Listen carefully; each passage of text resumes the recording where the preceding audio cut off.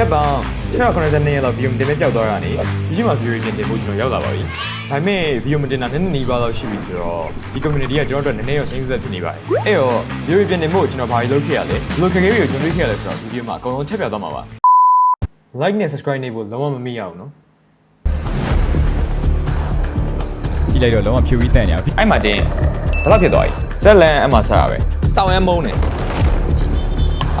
fuck ပန်ထွက်ကုန်တာဟေးပူကုန်ပြီ shit ထားလိုက်ပါ mission ပြီးအောင်ရေလုပ်လိုက်မယ်ဒီနေ့အေးလိုက်စားလိုက်နဲ့တိုးတက်မှုမရှိတဲ့ကျွန်တော်ရဲ့ဘွားရနေတိုးတက်အောင်ဘယ်လိုလုပ်ရမလဲဆိုတာကိုစဉ်းစားရင်းနဲ့ကျွန်တော်အိတ်ပါတယ်အရင်2020နှစ်လောက်တုန်းကတော့ကျွန်တော်ရဲ့ YouTuber ဘွားကြီးကအဆင်ပြေနေခဲ့ပါတယ်ဒါပေမဲ့တရေကြီးနဲ့တိုးတက်လာတော့မှကျွန်တော်ရဲ့ဘွားကြီးကိုတိုက်ချသွားတာကတော့ grade 12ပါ grade 12တက်လာရင်တော့အဆင်ပြေမယ်ဆိုတာကျွန်တော်လည်းသိရပါဘူးဒါပေမဲ့လက်ရှိကတော့ခုတွေ့တဲ့အတိုင်းပါပဲ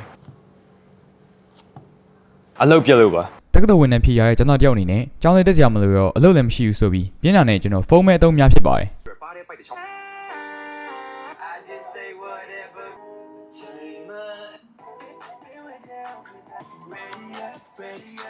ဆက်လန်အမှဆက်ရပဲ content creator တွေလောက်ထားတဲ့အကျဉ်းစား video တွေကတက်လာလိုက် pro player တွေဆော့ပြထားတဲ့ gameplay video အကျဉ်းစားကြီးတက်လာလိုက်ဆိုတော့ကျွန်တော်လည်းအားကြမှုအဖောင်းတရပူစောင်းပြီပေါ့Free gaming setup. Yo shows the difference between a professional 16-year-old kid somehow built a condenser microphone. POV. အဲ့တော့ကျွန်တော်လည်း YouTube ပြန်လုပ်မယ်ဆိုပြီးတွေးလိုက်ပါတယ်။နာ bro YouTube တင်မယ်ကမလဲ Facebook နဲ့ TikTok လေးလုပ်အောင်မအဲ့တော့လုပ်ဖို့လိုအပ်တာတွေဝယ်ပေါ့နော်။ကျွန်တော်တို့ gaming video တွေမကဘဲနဲ့ content video တွေနည်းနည်းပါးလုပ်ချင်သေးရဲဆိုတော့ကျွန်တော် camera တစ်လုံးဝယ်ဖို့စဉ်းစားတယ်။ဈေးကလည်းအရင်အများကြီးမသုံးချင်တော့ကျွန်တော်Osmo Action 6ကိုဝယ်ပါတယ်ပြီးတော့ audio quality ကောင်းအောင်ဆိုပြီးတော့ DJI ရဲ့ mic mini မှာဝယ်တာပေါ့နော်ဝယ်ပြီးရင်တော့ DI ပဲနေလို့ရမယ်ဟုတ်တယ်မလားနည်းနည်းကြွားရအောင်ပါအဲ့တော့ကျွန်တော် unboxing လုပ်ထားတဲ့ video လေးကြည့်လိုက်ပါဦး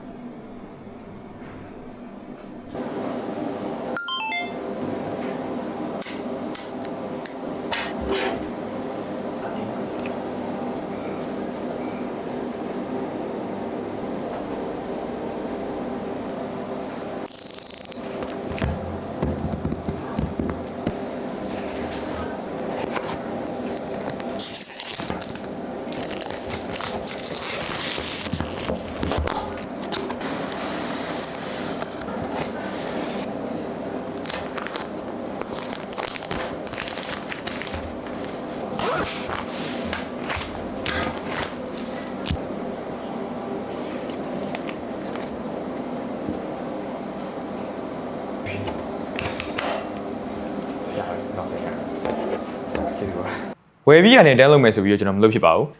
နောက်3ရက်နေရောတကြံကြရပါတော့အားကြောင့်ကျွန်တော်ဝယ်ပြီးရနေတန်းမလုပ်ဖြစ်ပါဘူး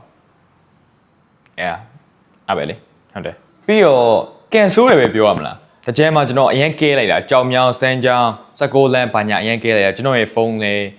စုပ်ပြတ်တက်သွားတာပါနော်ဘယ်လောက်တောင်စုပ်ပြတ်တက်သွားလဲဆိုလို့ရှိရင်ကျွန်တော်စကားနဲ့ပြောရင်ရုံမှာမဟုတ်အဲ့တော့ video ပဲကြည့်လိုက်တော့ယာကျွန်တော်ဖုန်းကမိနစ်တိုင်းပါပဲငလင်မာကလေးကအနောက်ကလည်းကွဲရတယ်အရှိကလည်းထိရတယ်ကျန်မှာရေဝင်သွားတော့စုပ်ပြတ်တက်ပြီးဘာမှကိုသုံးလို့မရတော့တာ Samsung ရဲ့ Z Flip 7တော့ကျွန်တော်ကောင်းမှမဟုတ်ဘူးဖုန်းပြတ်သွားတော့လေကျွန်တော်ဖုန်းသစ်ထည့်ရရလေကျွန်တော်လိုချင်တာကတော့တည်မလားလူငယ်တဘာဝ iPhone 17 Pro Max ပါဒါပေမဲ့လေဝန်နေစွာနဲ့ကျွန်တော်ရိုက်ခဲ့ရတယ် iPhone 17 Pro Max ပဲလေ wow အဲ့တော့ cringe ကြပဲစင်ကြတယ်ဟိုကပြန်ဝယ်ဦးမှာကျွန်တော် AirPod ပြန်ဝယ်ဦးမှာ AirPod Pro 9သိန်း4တောင်းဒါ Pro ဒါရိုးရိုးတောင်း9သိန်း4တောင်း512မှာဆိုစေးပါရအောင်အဲ့လိုနဲ့သူပြောရဲ့ iPhone 17 Pro Max Sable Color မှာ512ရဲ့ကျွန်တော်ယူလိုက်ပါတယ်အခုဆိုရင်တော့ကျွန်တော် unboxing လုပ်တော့မှာဖြစ်ပါတယ် yeah ဖုန်းကတော့ unboxing လုပ်ရတော့တိတ်ပြီးတော့အဆင်မပြေဘူးတခြား brand တွေ unboxing လုပ်ရတာပိုကောင်းပါတယ်ဒါပေမဲ့ဘူးခွန်ကပဲအဆင်မပြေရပါအထဲရဖုန်းကတော့လှရဆိုတော့အဆင်ပြေလို့ပဲပြောအောင်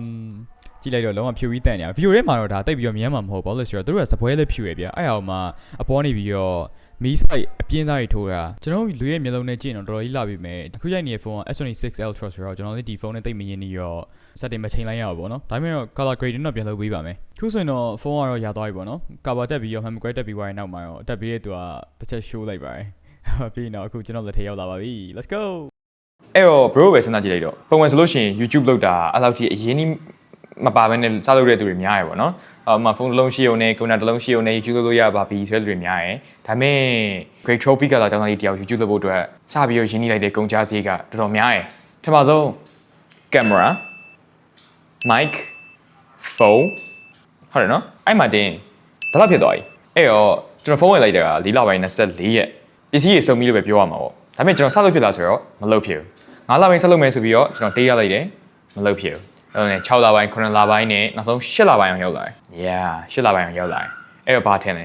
လောက်ပြီလေတကယ်ဆက်လုပ်တော့မှာအဲ့လိုနဲ့ YouTube ဆောက်လုပ်မယ်ဆိုတော့အရင်ဆုံးလိုရနေရပါတော့နေရတော့ချားနေရထူးစရာမလိုပါဘူးကျွန်တော်မှနေရရှိပြီးသားပါအဲ့တော့အဲ့နေရာမှာပဲကျွန်တော်မှရှိရဲစွန်လာရရတဲ့ desk လေးတုံးလိုက်တယ်ပေါ့နော်ဆိုတော့အဲ့ desk ကလည်းမတုံးတာကြာပြီဆိုတော့နည်းနည်းလေးဖုန်တက်နေရဲအဲ့တော့ကျွန်တော်အရင်ပြန်ဖြန်းပြီးတော့ကျွန်တော်မှရှိရဲအဝတ်စလေးနဲ့ကျွန်တော်တုံးလိုက်ပါတယ်ဝတ်စရမဟုတ်ဝတ်စုပ်ပေါ့နော်အဲ့လိုနဲ့ကျွန်တော်ရဲ့စပွဲတန်းရှင်းသွားပြီဆိုရင်တော့အဓိက setup ဖြစ်တဲ့ laptop ကိုထားလိုက်ပါတယ်ရင်းတော့ PC ရှိပါတယ်ခုကတော့ laptop ပဲရှိရတယ်ပြီးတော့ကျွန်တော်ကိုပေးရတဲ့ mouse pad ကျွန်တော်ဝယ်ရတဲ့ mouse ပြီးတော့ mic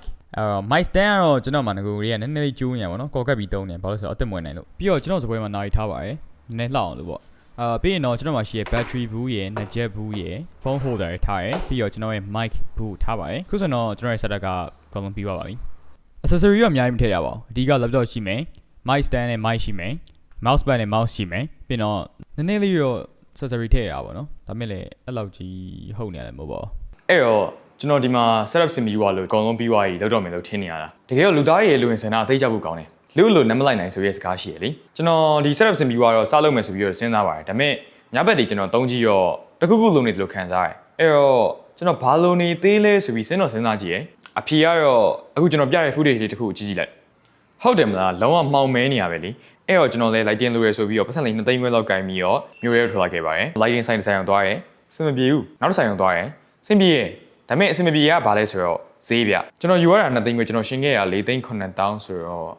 ့နည်းနည်းလေးတော့ budget off ဖြစ်သွားတာပေါ့နော်အဲ့ကောင်လည်းကျွန်တော်ရဲ့ setup ကိုထပ်ပြီးထည့်ရပါတယ်ခင်ဗျာဘယ်လိုနေရာမှာ lighting ထားရင်အကောင်းဆုံးလဲဆိုတာကိုကျွန်တော် YouTube မှာရှာကြည့်လိုက်တော့ဒီလိုနေရာကိုတွေ့ရပေါ့နော်တကယ်ဟုတ်မဟုတ်တော့မသိသေးဘူးကျွန်တော်တို့လက်ရှိအဲ့နားမှာပဲထားလိုက်တယ်ခြားပစ္စည်းတွေကိုထည့်ရလို့ရှိရင်ကျွန်တော်ရဲ့ setup တရားရှုပ်မှာဆိုလို့ဒီလိုမျိုး clean and minimalist ဖြစ်တဲ့ပုံစံလေးပဲကျွန်တော်သဘောကျရတော့ဒီပုံစံလေးပဲထားရပါတယ်နောက်ကျရင်တော့ကျွန်တော်လိုရာလေးထပ်ပြည့်ချင်ပါသေးတယ်အခုစိတ်တူနေတာတခုရှိရပေါ့နော်ဗီဒီယိုမှာလည်းတွေ့ခဲ့တော့တယ် mic stand လေးအဲ့ mic stand ကိုထည့်ရတဲ့ socket ရှိရကွာအန်ရှိရကွာအဲ့အန်ကပထမတစ်ခေါက်လည်းကျိုးတယ်ဒုတိယတစ်ခေါက်လည်းကျိုးတယ်အမှန်ဆိုလို့ရှိရင်အဲ့ mic stand က8000ပေးရတယ်ဗျာအခုခေတ်8000မဟုတ်နော်ငငယ်နဲ့နေကလေး8000ပေးရအဲ့ဟာကို adjustment တေချာလုပ်လို့မရအောင်လက်ရဲ့ဘိန်းလုံး wheel ဘာညာပါတယ်ပြီး Allen key ဘာညာနဲ့လည်းလုပ်ထားတယ်ဒါပေမဲ့လုံးဝ adjustment လုပ်လို့မကောင်းတဲ့ဗီဒီယိုမှာ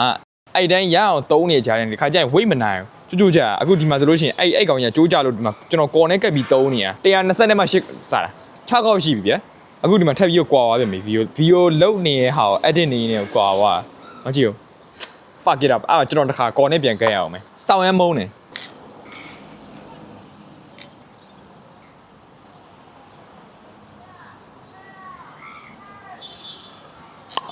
fuck မန်ထွက်ကုန်တာဟေးပူကုန်ပြီ shit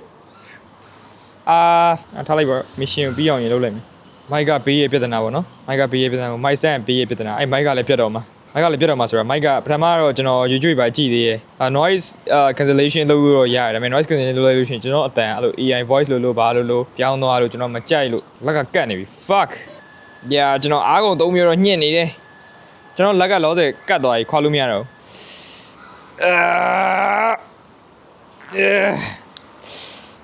့ရိုးပြမယ်ကျွန်တော်လက်ကကတ်နေရအရင်တိတာမပြော bro look at that ဒီကြားရီမှာကတ်နေရထပ်ပြီးတော့ဒီမှာတထောင်မှလည်းထိသွားသေးရပဲကျွန်တော်မသိလိုက်ဘူးတထောင်မှထိသွားရဲ့ဟာဘယ်လိုထိသွားလဲမသိဘူးအများကြီးပဲကော်ရီဒီဟာလေးကတော့ခေါ်လို့ရတယ်ကိုမချောက်သေးဘူးဟာကောကခုအကုန်လုံးကောင်းလိုက်ပါတော့ကျွန်တော်ရှိမြတ်ဟာအကုန်လုံးခွာလိုက်တာအရင်တော့တည်းတိတ်မကတ်ပါဘူးကတ်ချင်တဲ့ပစ္စည်းမှလည်းမကတ်ဘူးကျွန်တော်လက်မှလည်းအဲ့လောက်ထိမကတ်သွားပါဘူးဒါပေမဲ့နည်းနည်းတော့ဒုက္ခရောက်သွားပါပေါ့ပြီးတော့ကျွန်တော်တခုပြစရာရှိတာကအခုဒီဗီဒီယိုပေါ့နော်